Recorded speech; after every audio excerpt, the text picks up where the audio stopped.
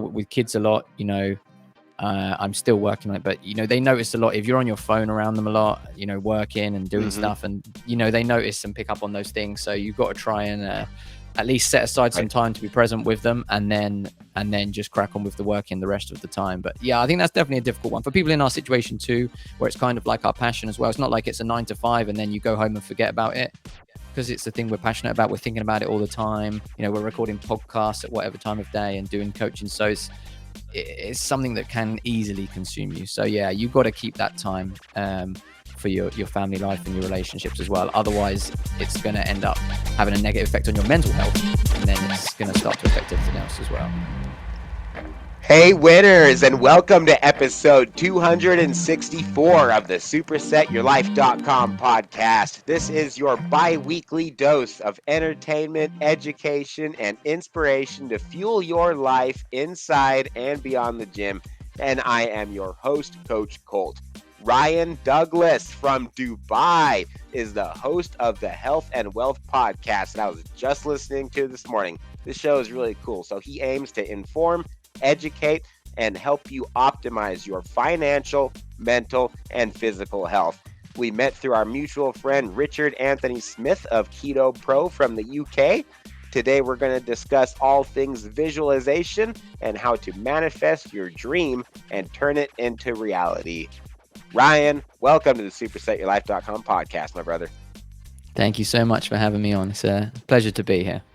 Man, so we were just talking before we hit the record button about how both of our podcasts have like really similar missions and really similar ideas. Like, what's the purpose of your podcast, the Health and Wealth podcast? I was just listening to Yvonne this morning. She was talking about the 7 simple steps to manifesting your dream life. And she was rattling off a bunch of subconscious mind books that are definitely favorites of mine. So I know that you and I have a lot in common and that we really think the same way. So yeah, man, how did you start the Health and Wealth podcast, and what's it about? So our main goal with the podcast is education, which I think is, as you said, similar to you. Just trying to educate people. It kind of came about as it was a hobby at first. I started with a friend of mine, and then he kind of got bored of it, and I carried it on and sort of dug deeper. But through my own journey into health and fitness and nutrition and diet and all of these things, I found that everything we're taught is basically wrong, and that's the reason why health is getting so bad. And my health was starting to go slowly downhill myself. Not anything super terrible, but it was getting worse. And so I began to learn these things and learn that what we're taught is wrong, and learn how health actually works and how diet actually works. And as I began to learn it, I implemented it. I improved my own health. I saw great results. I implemented it in people around me and got great results there. And I decided that, we need to spread the word. People need to know health's not complicated. It's actually really simple. And yet everyone is running around really unhealthy. And so we're just trying to get the word out there and tell people, this is how you can take back control of your own health, how you can get the power back and get optimal health on your own. So we're just trying to teach people that and educate as much as we can. I love it. When you say that you were getting great results and your clients were getting great results, can you be specific? Is it weight loss? Is it feeling better? Is it what are those specific results? Yeah, so I mean, weight loss is one that people do get, and it's a popular one, isn't it? Everyone's after weight loss. It's one I try not to concentrate on too much because people get very bogged down by it. What I try and look at is health. If you improve your health, your weight is going to improve with it naturally. But I mean, some of the benefits I got are I did lose some weight, and I got rid of joint pain. I used to, my joints and muscles were sore every single day. Got rid of that, and improved my sleep. Got rid of brain fog. I was struggling quite a lot with stress and anxiety.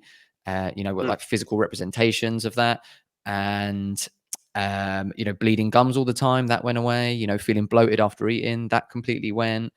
And my energy, I used to be very up and down, as most people are, and then just had this steady flow of energy, could just do, whatever I wanted. I could go all day without eating if I needed, things like that. And then again, with people I've worked with is similar things, but obviously maybe more extreme for them, because my kind of target market, that the people I'm trying to get to help with the coaching, is people who are like really, really sick, chronic illness, where they're being told there's nothing they can do.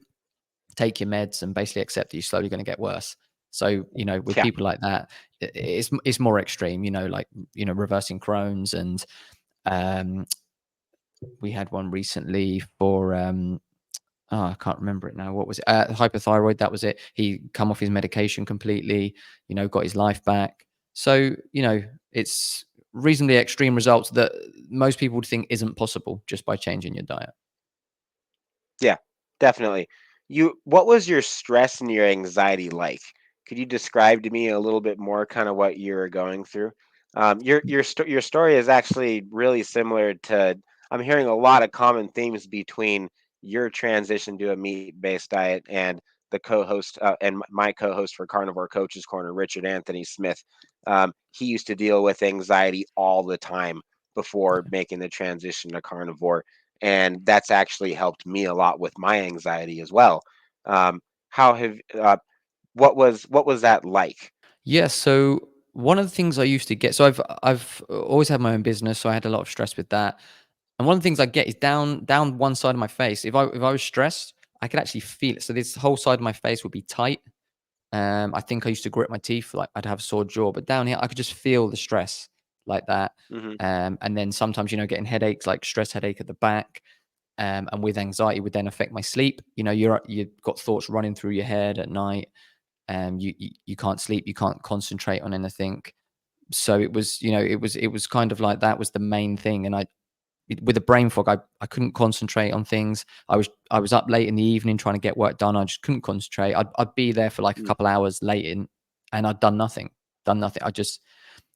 And that was the kind of the main thing I had. And I couldn't concentrate, couldn't think, and I had that Wow. pain in my face. And then obviously that's hard to live with, and it's just gradually getting worse over time. You don't see that getting any better. What do you eat in a typical day today then? Okay, so What's a today typical in a day of eating typical look like for you? for me, and it's kind of over the last couple of years, it has changed slightly. I had a period of like OMAD, and then I changed around. So at the moment, what I'm doing is around my first meal of the day will be around normally around 9 or 10, and that's probably going to be maybe 500 grams of mince. I normally have them as burgers. That's how I like to eat it, and maybe some eggs with it, maybe some bacon, maybe some cheese, depending on how I'm feeling. And then I'll just have a second meal of the day, which will be around 4 or 5. So I'll keep my eating within that 8-hour window. And that again will be either, say, 500 grams of mince or steak. And again, depending on how hungry I am, I might have it with some eggs, might have it with some bacon. And sometimes, some days, I might have some Greek yogurt afterwards as like my treat. Some days I will, some days I won't. And, that's basically it. Keep it simple. I love it. I gotta address some terminology. You keep using the word mince. You keep using that word. I don't think it means what you think it means. Sorry, Princess Bride reference, but yeah. So we call it ground beef here. To That's my it. understanding, yeah. To my understanding, it's basically the same thing, right? Not Mm. 100% the same thing, but basically the same thing. So Yeah, that's mince is, correct. is Yeah. just like a little bit, yeah, okay, like a little bit less processed. Then cool, cool. Right on, man. Um, what? Why so much red meat? Do you stick pretty much to red meat then, and do like less fish and less chicken then? Like you're kind of a little more towards the lion diet then? Yeah, I will eat some chicken, and I'll eat some pork. Mainly just bacon is the pork I have, and I might have the odd bit of fish, but I do stick mostly to red meat because that's how I feel best. I do feel better Hmm. on that, and the science would back that up in terms of how nutrient dense it is. And For there's sure. going to be less toxins in those than you might get coming through in chicken or pork. So yeah, I feel better. Sometimes I might go through a little period where I might eat a bit more chicken or a bit more fish, but red meat is always my main source of meat because that's how I feel best. Big question for you on that one. So I've been going back and forth between red meat and chicken here and there. And I'm not even going to show you on video right now because it's actually small enough to where you probably won't be able to see it on this video. But I do have some zits, just some really annoying zits that flare up whenever I incorporate more foods that aren't in the lion diet. I haven't 100% figured out whether it's dairy or whether it's chicken, but I'm like 99% sure it's a histamine reaction to chicken. So I don't know if you've ever been on like the lion diet for an extended period of time to where you're eating red meat, like nothing but red meat. Then you get to that point, I'm sure that you know what I'm talking about, where you get to that where your skin quality is just like the best that it is, your sleep is the best that it is, your inflammation is very very low. That's why most people go to the lion diet, right? Is for all those reasons. So whenever I go off the lion diet and I'll start doing like chicken or pork or something instead of red meat, I start getting these zits on my skin, and they're kind of around my forehead. So I'm not sure if you think that just off the top of your head, based on your experience and with your clients, if your gut feeling is that might be something related to dairy or something related to a histamine reaction from maybe what's inside chicken. Yeah, it could be either. I know dairy does cause skin flare-ups for quite a few people. And like we said, chicken is, if you're eating it in the good old days where chickens were just outside eating what they're meant to eat, it's probably not as bad. But obviously now it's hard to get that. We don't know exactly what they're being fed. Some of the stuff they're given is going to come through into the food. It's not filtered out as much as with the ruminant animals that we like to eat, the beef and the lamb. So it could be either of those things. And yeah, I've probably done. I think I did do a period of the line diet, but I wasn't specifically doing the line diet. I just had a period where I was Hmm. just literally eating red meat. I had Yeah. back in the UK, I had a farmer in Wales who I ordered my beef from every month. I had, all of it in the freezer and everything. It was set up. And I think I went quite a while basically just eating beef, maybe a little bit of butter and eggs in it. And I felt great like that. So yeah, most people do find that when they add anything in, they'll feel just slightly less optimal. Even like you, like just that little bit of your skin, that could be the only difference. You're still feeling great, but there is just that slight difference between, having the pure red meat and having those things in. Because it's just, we have to remember that these things, they do have things that are toxic to us and that aren't quite as good for us. And, especially if our gut's not fully healed as well, there's more of it going to get through. So, I mean, if you're eating the purest food that you can eat, that's basically perfect for us, then obviously you're going to feel at your best at that point. Awesome. I love it. Um, Two quick things on terminology, if that's okay. While that's still kind of fresh in my mind, before I have another couple of questions for you. So, mate or bro? Just like I'm curious. Just like being in the UK, like, do you guys say mate or do you say bro? Is that just like something that's stereotypical? Yeah, we do both. We say mate is probably the most popular in the UK. I think I say both. I say mate and bro, but yeah, mate in the UK, everyone will say mate to you. Yeah. I love it. Whenever I talk to anybody in the UK, I try to say mate all the time because it's just like the only time that I ever really get to say it. Mate and cheers. That's my other one. So cheers, right? Like we don't say cheers here. We say rock on. We say Yeah. awesome. We say super stuff. We say great. We don't say cheers. But whenever I talk to Richard though, it's like I say it as much as I can because like I never get to say it to anybody else. So like cheers, rock on. I don't know. What do you say when you're having a good day? Yeah, probably cheers. I do use cheers quite a lot. That's probably the one. Cheers. Okay. Um, so fiber. What happens when you put fiber in your diet? I haven't had fiber in well over a year. It seems to be like super controversial because whenever I have somebody that is just as kind of unfamiliar with the carnivore diet, which is rare. Most people that come to me, they've actually been on the carnivore diet for quite some time, and like now they want to do a bodybuilding show or like they want to do something to where like aesthetically with it, or like a powerlifting competition or something. I actually just coached my first powerlifter last weekend, but when when myself or when any of these people that are on my clipboard and reintroduce fiber, um, it's never a good thing. It results in bloating, it results in gas, it results in constipation. Some people that I work with have IBS and have Crohn's, and so if they have fiber, then shit really hits the fan. No pun intended. So I'm just kind of curious. Like, obviously, you don't consume fiber. Uh, if you do, what happens? Yeah, fiber is an interesting one. Yeah, I haven't had fiber in well over 2 years, and yeah, Okay. it's really interesting because we have it so embedded about fiber that it's this. healthy thing and you need fiber in your diet. And everyone says it. You're probably the same as me. You probably get it whenever people find out what I eat and they find out the diet I have and they think, well, you haven't got any fiber. How do you go to the toilet? And for some Yeah. reason, we've convinced ourselves that fiber is the only way you can go to the toilet and that it's good for us. And it's based on, I think it was back in I can't remember the exact date now, but there was a doctor called Dennis Burkitt who, when he was in Africa, it might have been back in the 50s or 60s, he basically noticed that in Africa, they didn't have the same bowel conditions that they had in the UK and in America. And he just put it down to the fact that they were eating more fiber and assumed that was it. And he kind of wrote up his thesis on that without any actual proof. And they just took it and ran with it. And ever since then, it's been, oh yeah, fiber's needed, but it's not. And there's plenty of interventional case studies where every time they do one on people with Crohn's, people with, constipation, bowel issues, the group that have the fiber removed will resolve all their symptoms. And the higher the fiber, the worse they'll get. I don't really understand how the medical industry and the health industry are still pushing that fiber is good for us when it's so clearly not. So, I mean, Yeah. if I were to have some fiber, I would feel negative effects from it. Absolutely.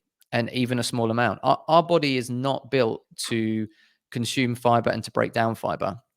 I think if someone is healthy and they have a healthy gut, it's possible for us to have some fiber in our diet without it affecting us negatively too much.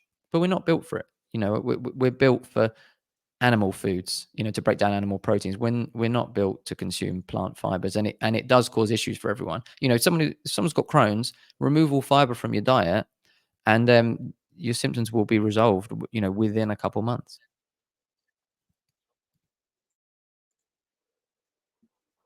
Absolutely, 100%. Especially if you already have some sort of gastrointestinal issue like what you were just describing. Um, that's one of the best responses that I've ever heard to that question. Thank you very much for answering it the way that you did. I don't know if you've ever heard of this book, bro, but it's called Fiber Menace by Constantine, and his last name I'm not even going to try to pronounce. I've tried so many times, but it's called Fiber Menace. Have you ever heard of it? Okay. No, I've not heard of that one. No. Yeah, man. It's actually exciting. Like it's like how can a book about fiber and about your gut be exciting? But it is. It's mind blowing, man. Like it talks all about he talks all about Sylvester Graham. Oh, Mm. do you still hear me? Yeah. I tugged on my microphone. Okay. Yeah. So I just got done teaching this on another show, but Sylvester Graham, right?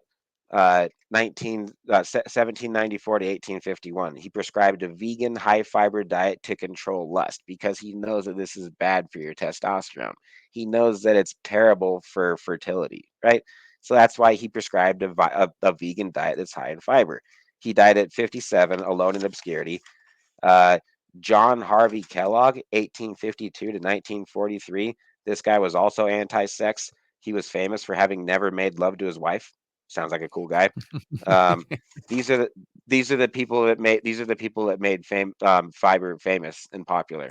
And now and now these big companies like Kellogg and like Graham crackers, they're funding all of these studies that are saying that fiber is good for you, and they're advocating that we should eat it more.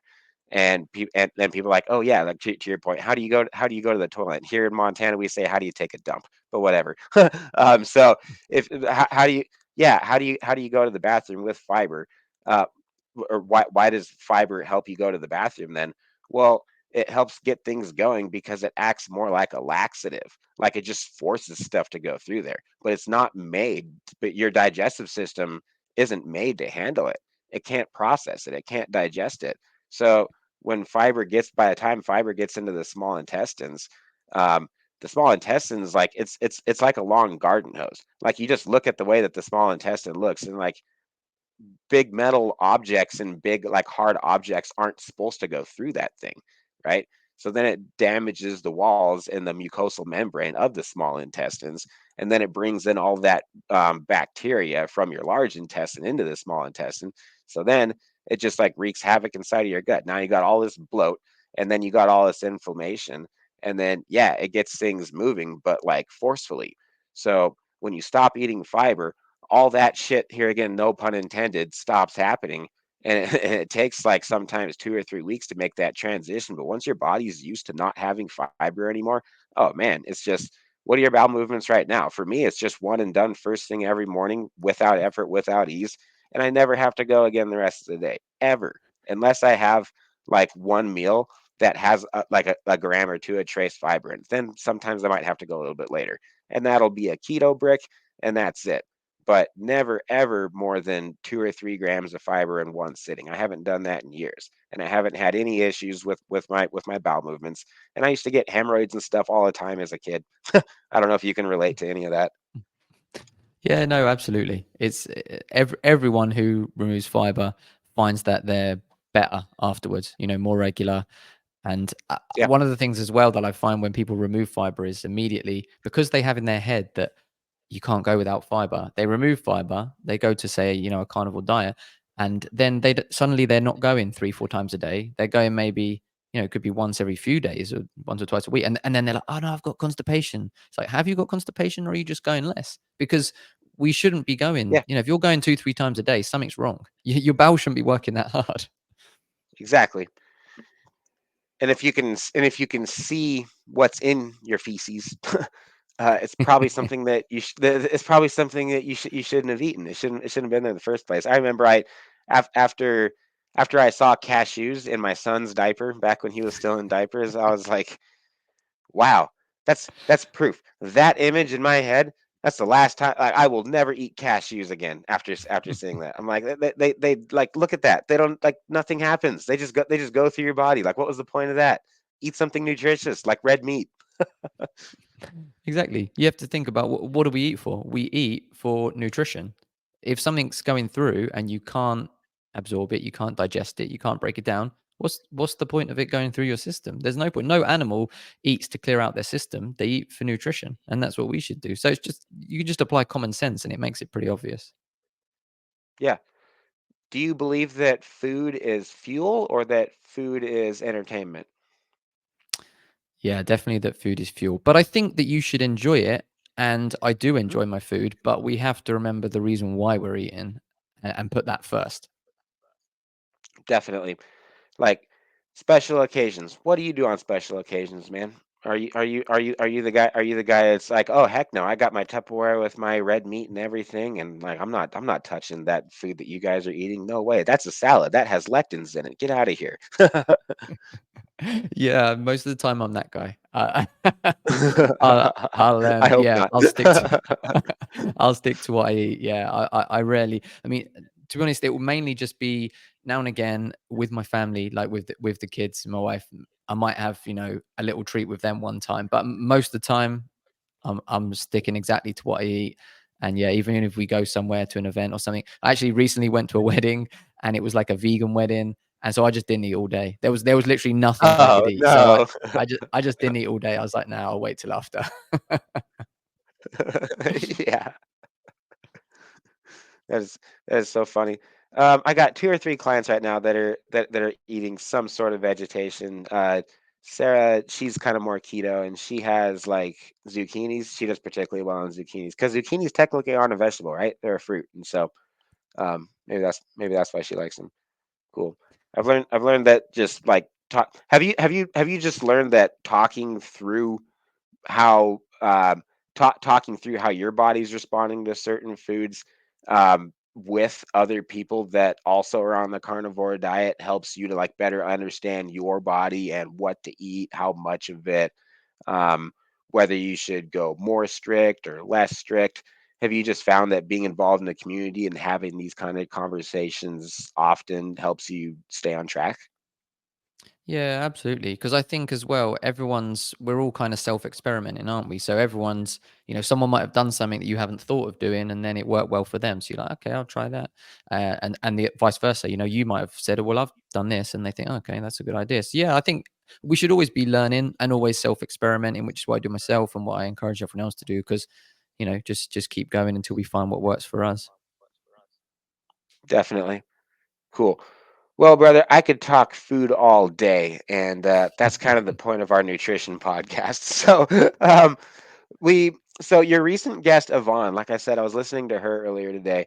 Um, Manifesting your dream life. What does that look like in your world, brother? What is that? What are those 7 steps? Is that something that you can recall from the last episode that you guys recently published? Yeah, yeah, yeah, yeah. So she has. I mean, if people are really interested in it, she has a product. I can always send you the links and stuff. She has like this whole box to go through. But yeah, she came up with the 7 steps to really help you, because I think manifesting, mindset, visualizing, affirmations, and all of this stuff is I think really powerful, and it really works. I know there's lots of people that will say it's woo woo and it's all this, but it definitely works, and so it's a good thing to do. But a lot of people don't know exactly how to do it, because lots of people talk about it, but they don't tell you what to do. They say, oh, manifest this, done that. Some people think you just sit at home and think all these thoughts and stuff will happen. So she did an actual plan of 7 steps to kind of getting yourself set on it. So I think the first one was, you have to get what you want, because you need to be specific about what you're trying to manifest. So that's the first step for people, is specifying what you want. You have to know what you're manifesting, have one certain thing, and not just be like, oh, I'm manifesting a better life. Like, you need to have actual goals. Absolutely. Yeah. Favorite subconscious mind book? What is it? You know what? I haven't read that many on it. She talked about a few. I know she talked about The Secret, and I think she talked about. I know that's popular. I think she talks about another one. I can't remember. I've actually not really read too much into that. I've got most of that from podcasts and listening to people. So I couldn't give you a favorite book on that one because I haven't read them. I won't want to lie. Right on. What does visualizing look like for you? Is that something that is that like a conversation that you have with your clients to help them see what that end goal is in terms of their health, in terms of their physique? Yeah, so I think we do try to apply it to that as well. I think the way I try to look at it is like a journey with health. So you have to get a couple of things in order to go on a journey. You have to know, first off, where you are. So people need to be honest about where they actually are with their health, what state they're in. And then you need to know where you're going to. So they need to, what do they want to get to? How do you want to feel? Do you want to just wake up without pain in the morning? Do you want to be able to to play with your kids? Do you want to, be able to live another 20, 30 years when maybe being told you're not? So if people need to know where they're going, where they're starting from, and they need to know why they want to, because that's one of the things that Yvonne talked about on her 7 steps as well. I think it's number 2. Hmm. You've got to have a why, because otherwise you'll give up, because life's hard. It doesn't matter if it's manifesting, if it's something with business, if it's health related. It is hard. I think it's not complicated, but it is hard, is what I say to people, because it's pretty simple, but it doesn't mean that's easy to do it. You've got to be disciplined, and you need a strong why, because otherwise you will give up when it gets hard. So if you've got a strong why, so you know where you are, you know where you want to go, and you know why you want to go there, and then all we have to do is talk together about how you'll get there. And once you've got that, we just put the plan into action, and you're off and heading on your journey to better health. But having that end goal, knowing what it's like, and doing basically the same things that she talks about in her 7 steps, visualizing, how you're going to feel when you get there, you know how it's going to affect people around you, and constantly visualizing that is going to help you get to your goal and keep you disciplined. We were just talking before we started recording about a book that I'm reading right now by Gary Chapman, and there's a chapter on it about being a workaholic. Um, I'm Richard and I are both the kind of guys, and I have a feeling that you're kind of like this too, where we don't need motivation to work. Like I jump out of bed and I'm thinking about all my athletes. I'm thinking about my own prep. I'm thinking about when I'm going to work out. I'm thinking about right now. I'm committed to every single pretty much every single day this year. I've averaged over 3 hours of my bass guitar being in my hands, and so progressing on my instrument in that regard. I'm the bass player for our church. I'm the bass player for a local rock band. We have a gig this Saturday actually, and so that video that I texted you earlier today, yeah, that was um, I. It's not a song that I've ever been like super into, but I've always, I don't know, I've always liked it. I've heard it on the radio like a million times, right? Everybody knows it. Say It Isn't So by Weezer. So we'll be playing that. We'll be playing a bunch of punk rock songs here in Billings over the weekend. Um, but being a workaholic though, there's let's see. For some people, it's much easier to work than it is to relate to a spouse on an emotional level. Um, let's see. God, there's so many good takeaways from this chapter. My wife and I are both reading it. Actually, we're just working on it to sharpen up our marriage and improving and improving that area. Um, but when you're talking about having something that you see coming together, right? Like with my bass playing, it's like, okay, I can see tangible process and it's addicting. It becomes something to where it's like, wow, like it's it's a picture that exists only in my head and it's hard to communicate. But every time I practice, like I can see myself attaining those skills that I want to be able to play so bad, right? And every time that I pose, I can see my abs a little bit better because I know that my diet, I can see that my diet's working, right? And when I have an athlete that does really, really well, it's addicting, man. It's a surge of dopamine that's just like you can't get that anywhere else, right?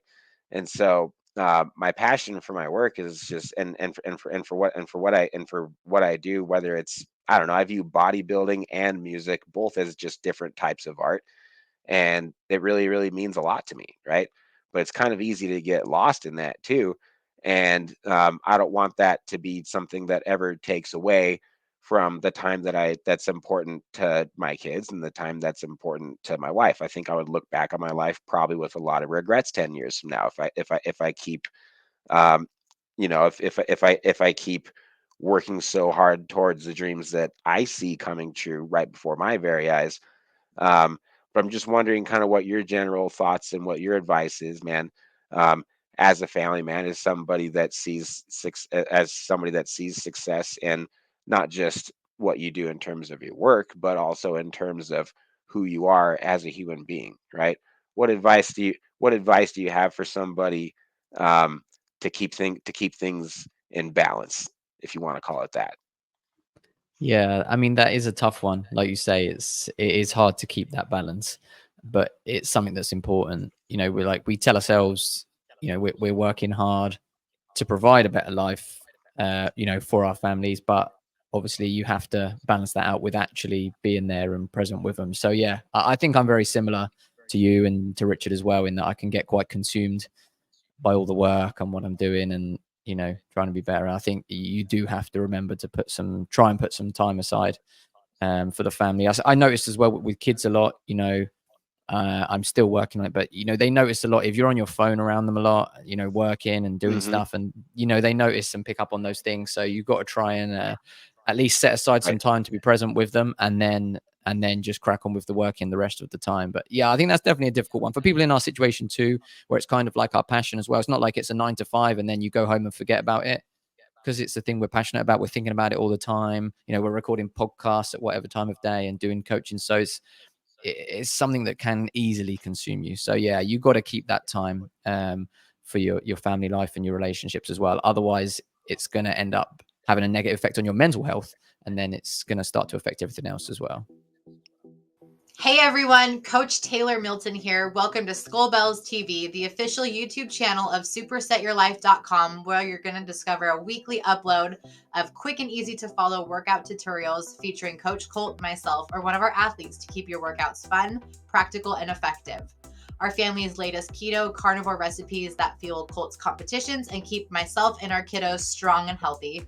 Video uploads of the supersetyourlife.com podcast, now over 100 episodes, your weekly dose of entertainment, education, and inspiration to fuel your life inside and beyond the gym, and much more. Last thing before we get into the video, we're asking a big favor from you. This has been working beautifully, so if you would please think of someone you care about that would benefit from this video, go ahead and smash that like button, click the share button, and text this video to them. That would mean the world to us. And while you're at it, make sure you hit the subscribe button so you don't miss more exciting content from School Bells TV, because our team has lots of meat and lots of muscle coming your way, and I promise you won't want to miss it. When you hit the subscribe button, you'll see a bell icon pop up.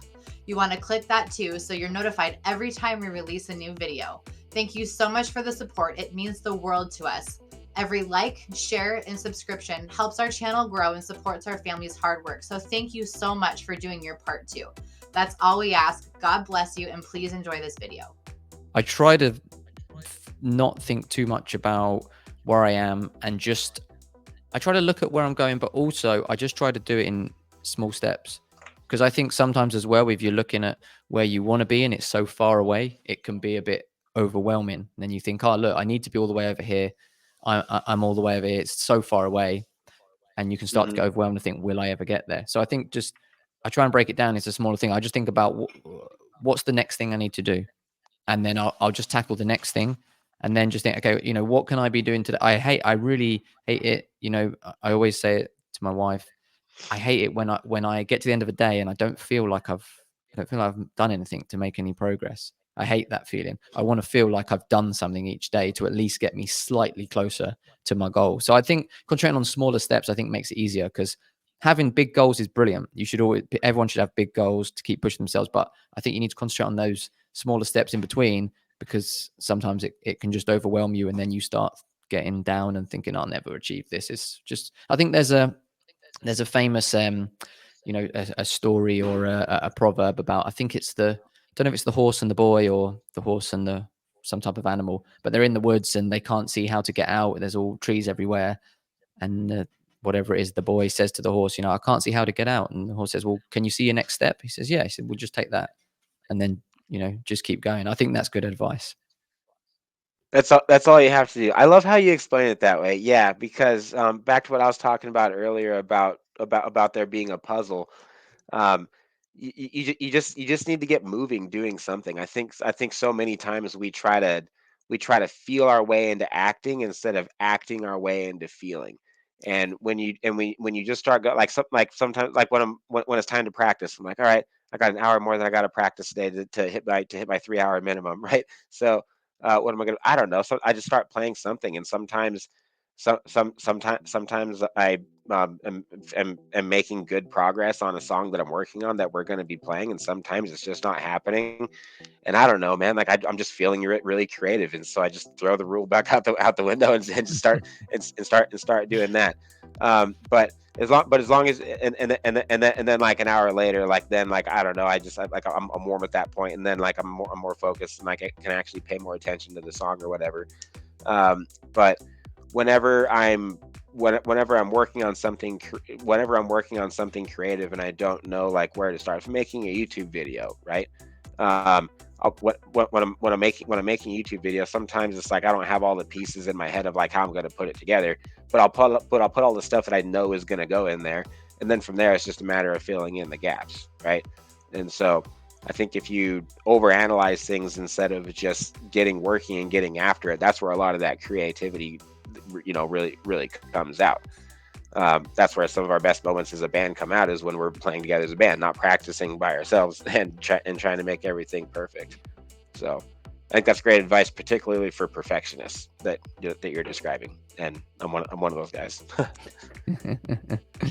It's a blessing and a curse, right? Yeah, exactly. Cool. Awesome. Well, wonderful chat, brother. Thank you so very much for coming on our show. I should say cheers. And I feel, you know what? I feel I feel a little even more authentic now, drinking sparkling water out of my wine glass, saying that. So, cheers, my brother.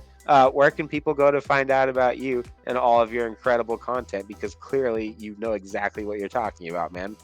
You sound like you're an awesome coach. Where can people go to find you? Oh, thank you very much. So the best place would be our website, which is healthwealthuk.com. And then any social medias, there's my social media is Ryan Health Wealth for my coaching. And then for the podcast, it's HWPod UK. And we're on pretty much everything: Instagram, Facebook, TikTok, Twitter, or X as it is now. Awesome.